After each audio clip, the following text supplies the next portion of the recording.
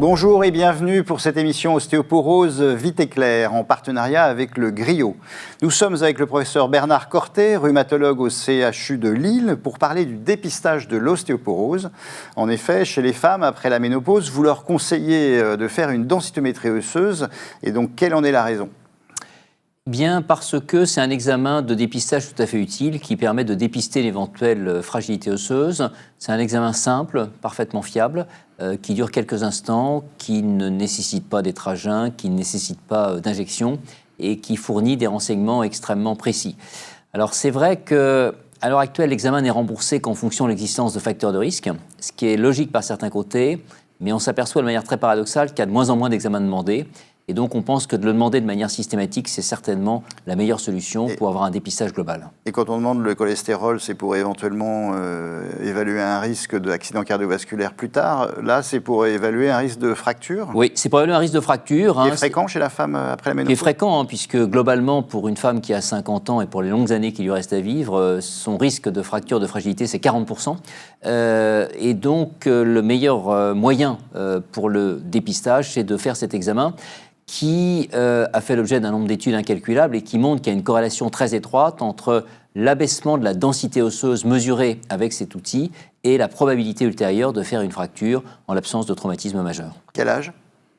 Alors vraisemblablement, il ne faut pas le faire tout de suite à la ménopause, puisqu'on sait qu'il y a une perte osseuse durant les 5 à 10 années, donc la fenêtre de tir, c'est certainement aux alentours de 60 ans. Et si c'est une ménopause précoce ? C'est certainement dans les 5 à 10 ans qui suivent la ménopause. Alors la ménopause précoce ne pose pas trop de problèmes à l'heure actuelle, puisque ça fait partie des conditions de remboursement. Et quelles sont les autres circonstances où il faudrait le faire, à votre avis ? Chez une femme ou chez un homme d'ailleurs ? Alors, chez un homme, je dirais que c'est certainement utile de le faire, mais peut-être un peu plus tardivement dans la vie, en ce sens que les hommes sont moins exposés que la femme à la problématique de l'ostéoporose, même si ce n'est pas forcément quelque chose de tout à fait négligeable. Et alors, en quoi cet examen consiste ? Vous avez dit que ça délivrait des rayons X. Qu'est-ce qu'on fait ? On s'allonge sur une table et alors voilà, une petite radio ? Ça délivre des rayons X, c'est tout à fait vrai, mais c'est un examen qui est très peu irradiant, beaucoup moins irradiant qu'un scanner ou qu'une radiographie, que ce soit une radiographie de thorax ou autre. Ça dure, encore une fois, l'examen par lui-même dure vraiment quelques minutes, alors il faut le temps de rentrer, de s'installer, de se déshabiller un petit peu.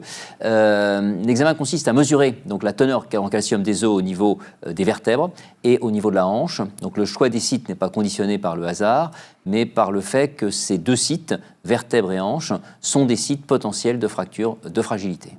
Et alors, qu'est-ce que ça donne comme renseignement exact sur l'os ? Ça donne une notion de la quantité d'os ? Voilà, c'est un examen qui permet de mesurer la quantité d'os. C'est vrai qu'on n'a pas de renseignements sur la qualité du tissu osseux, mais on sait encore une fois que cette quantité d'os est un élément très important pour prédire la résistance osseuse et donc pour prédire le risque de fracture. Alors sur un plan très technique, on obtient un résultat brut qui est exprimé en grammes par centimètre carré de calcium qui n'est pas extrêmement parlant et c'est la raison pour laquelle on l'exprime en fonction de nos normes de référence. Ceci est fait dans des conditions techniques extrêmement rigoureuses et tous les examens qui sont faits aujourd'hui sont parfaitement fiables. Et alors, après la ménopause, donc vers 60 ans, on fait cet examen. Est-ce qu'il y a des femmes qui peuvent avoir des fractures ostéoporotiques alors qu'elles ont une densité qui n'est pas abaissée ? Alors c'est vrai que c'est un outil intéressant et utile pour le dépistage. Pour autant, comme tout outil, il a ses limites. Et on sait qu'il y a un certain nombre de fractures qui surviennent en l'absence de fragilité osseuse, qui s'accompagne d'un abaissement de la densité osseuse qui est plus ou moins conséquent. Donc il est clair qu'on ne va pas prendre une décision de dire on met en œuvre un traitement, on surveille uniquement sur cet outil, mais bien évidemment de manière parallèle, on doit interroger la patiente, connaître ses facteurs de risque, savoir si elle consomme en excès des boissons alcoolisées, si elle a pris de la cortisone, si elle a eu un cancer du sein qui a justifié un traitement particulier, etc., etc. Donc il est clair que ce dépistage systématique s'inscrit dans le cadre d'une prise en charge bien évidemment globale qui peut tout à fait être effectuée en médecine générale.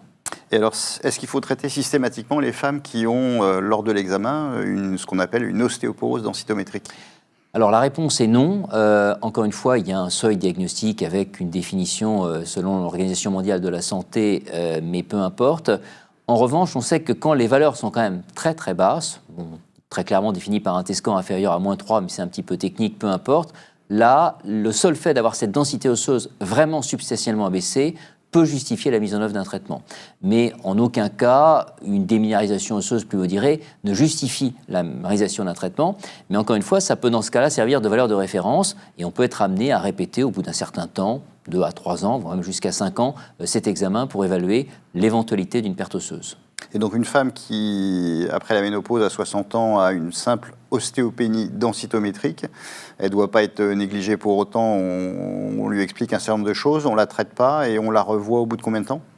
Alors ça peut être entre 3 et 5 ans en fonction de l'importance de l'abaissement de la densité osseuse, puisque la fourchette est assez large en matière d'ostéopénie.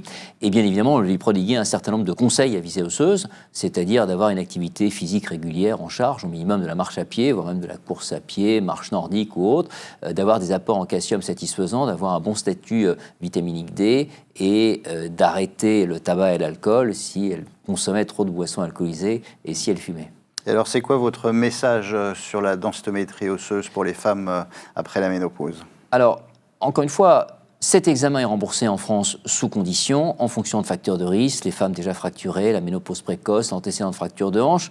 Il y a une certaine logique, mais les chiffres montrent que ça ne marche pas, puisqu'il y a de moins en moins d'examens densitométriques de demander, ce qui va totalement à l'encontre des données fracturaires, puisqu'il y a de plus en plus de fractures. Donc notre message, donc, au niveau notamment du Griot, est simple, c'est de dire qu'il faut élargir le champ de remboursement de l'examen et s'en tenir à un seuil simplement d'âge, aux alentours de 60 à 65 ans, en privilégiant certainement les femmes, puisqu'elles sont plus sujettes à l'ostéoporose, mais pourquoi pas chez les hommes, notamment ceux qui ont des facteurs de risque au-delà de 70 ans. Eh bien, merci beaucoup. Je vous rappelle que vous trouverez toutes les informations nécessaires sur le site du Griot, dont l'adresse s'affiche en ce moment.